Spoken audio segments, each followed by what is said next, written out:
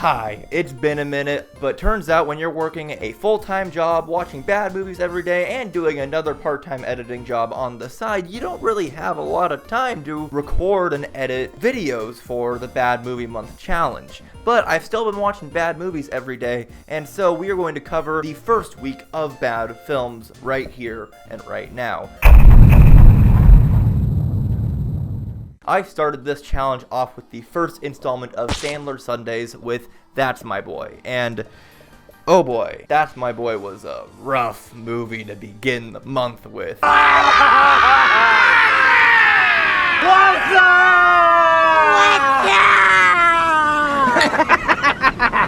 What's up?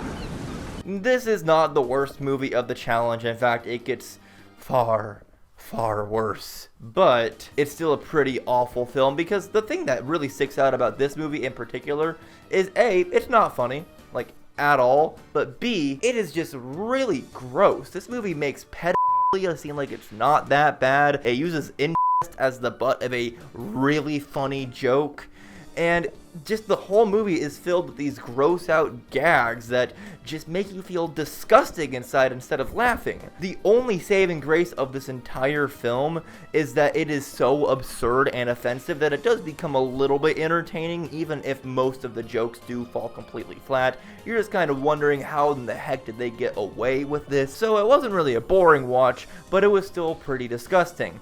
Overall, this movie sits at a decent 1.5 out of 5. And we have a lot more movies to get through, so let's just keep this moving. Once Upon a Time in Venice is the first film that the random number generator landed on, and yeah, this is a pretty awful film as well. I mean, you're going to hear me saying that a lot, I have a feeling. Once Upon a Time in Venice is one of those many films that Bruce Willis made when he couldn't really make good decisions anymore, so he was just being exploited and being put in a lot of really bad films. This is one of those bad films. This movie is super boring for like most of it, but the first 30 minutes are actually pretty unwatchable because it opens on this painfully overdrawn and unfunny bit where the main character's apprentice is at a Addicts Anonymous meeting, and he's just talking about how much game he's getting, and it's really gross. And then the movie transitions into a bit where Bruce Willis is skateboarding naked through downtown California, and then later in the movie Bruce Willis does a cross-dressing gag that is not funny whatsoever and is borderline offensive. The rest of this movie is just pretty boring. It's really clearly trying to imitate the style of the Coen brothers movies like The Big Lebowski, but it is just failing entirely. In fact, I know that is the vibe they were going for because it literally says at the beginning of the movie, a film by the Coen brothers. Guess what? The Coen brothers have never worked again. It's got a star-studded cast though with Bruce Willis, John Goodman, Thomas Middleditch, Jason Momoa, Famke Janssen, and all of them are underutilized and bored out of their minds while filming. This is a pretty painful experience. I could not wish upon anybody, although after those first 30 minutes it does slow down a bit and just kind of fall into boring mediocrity instead of painfulnility? I don't know English anymore. Anyways, I'm feeling a pretty decent 1 out of 5 on this one. We're still on a downward trajectory because the next film I watched was the first Uwe Boll film for Terrible Tuesday, and it was In the Name of the King.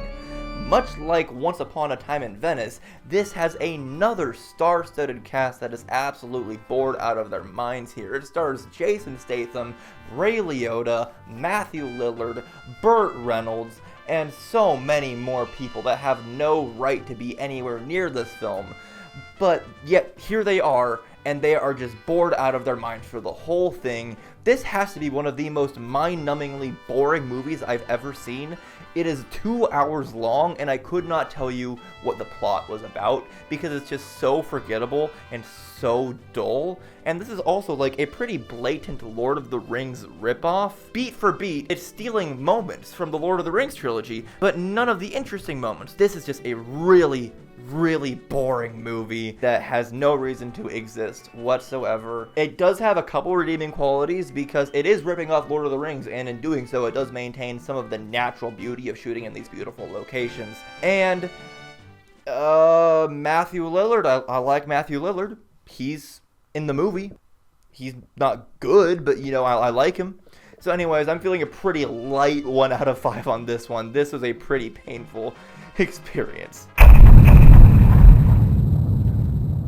We actually get a little bit of a reprieve the next day on February 4th when the random number generator landed on this film called Repossessed. This is actually a Leslie Nielsen parody from the 90s, and I love Leslie Nielsen, and his parodies are always funny even if they aren't great. And now this one, it's not great. It's about as bare bones of a parody as you can get. That being said, it is still pretty funny because it is a parody of The Exorcist and actually follows Linda Blair 20 years later getting repossessed by the same demon from The Exorcist. And Leslie Nielsen plays The Exorcist. Now, this is a very stupid movie. It has a lot of very stupid gags, but it made me laugh quite a lot, and I was genuinely having a good time, and I couldn't believe how lowly rated it was. Yeah, it's not great or anything. The story is very basic, and the gags do get pretty wacky and out of hand pretty quickly. It's still a fun time, and Leslie Nielsen is just as much of a pleasure to watch here as he is in any other film.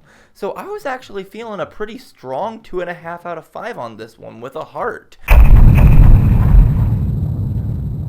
But unfortunately, we are thrown right back into the trenches with nothing but trouble. This is yet another comedy from the 80s era, starring John Candy, Chevy Chase, Demi Moore, and starring and directed and written by Dan Aykroyd. Now, Dan Aykroyd has never directed another movie since Nothing But Trouble, and I am very, very glad, as this movie is pretty disgusting. Oh my god!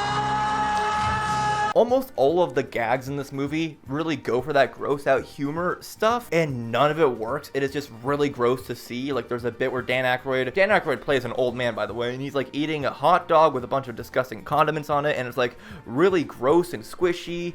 And then there's another part where Demi Moore meets the grandchildren, and there's like these mutated blob people. This plot is really boring, but what makes it especially bad is none of the jokes are funny. They're all just really, really gross. Demi Moore and Chevy Chase seem really bored in this movie. The only person who's having a good time is Dan Aykroyd as this old man, and the only saving grace of this whole film is the makeup is exceptional. The makeup has no reason to be this good in this bad of a movie, but it is. Also, there's a pretty bangin' Tupac cameo in which he performs same song with Digital Underground.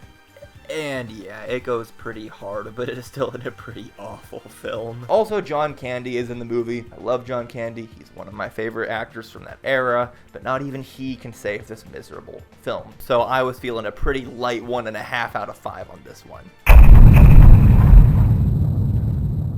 Then, on February 6th, we had our first installment of Friends Fridays with Hoodwinked 2, Hood vs. Evil.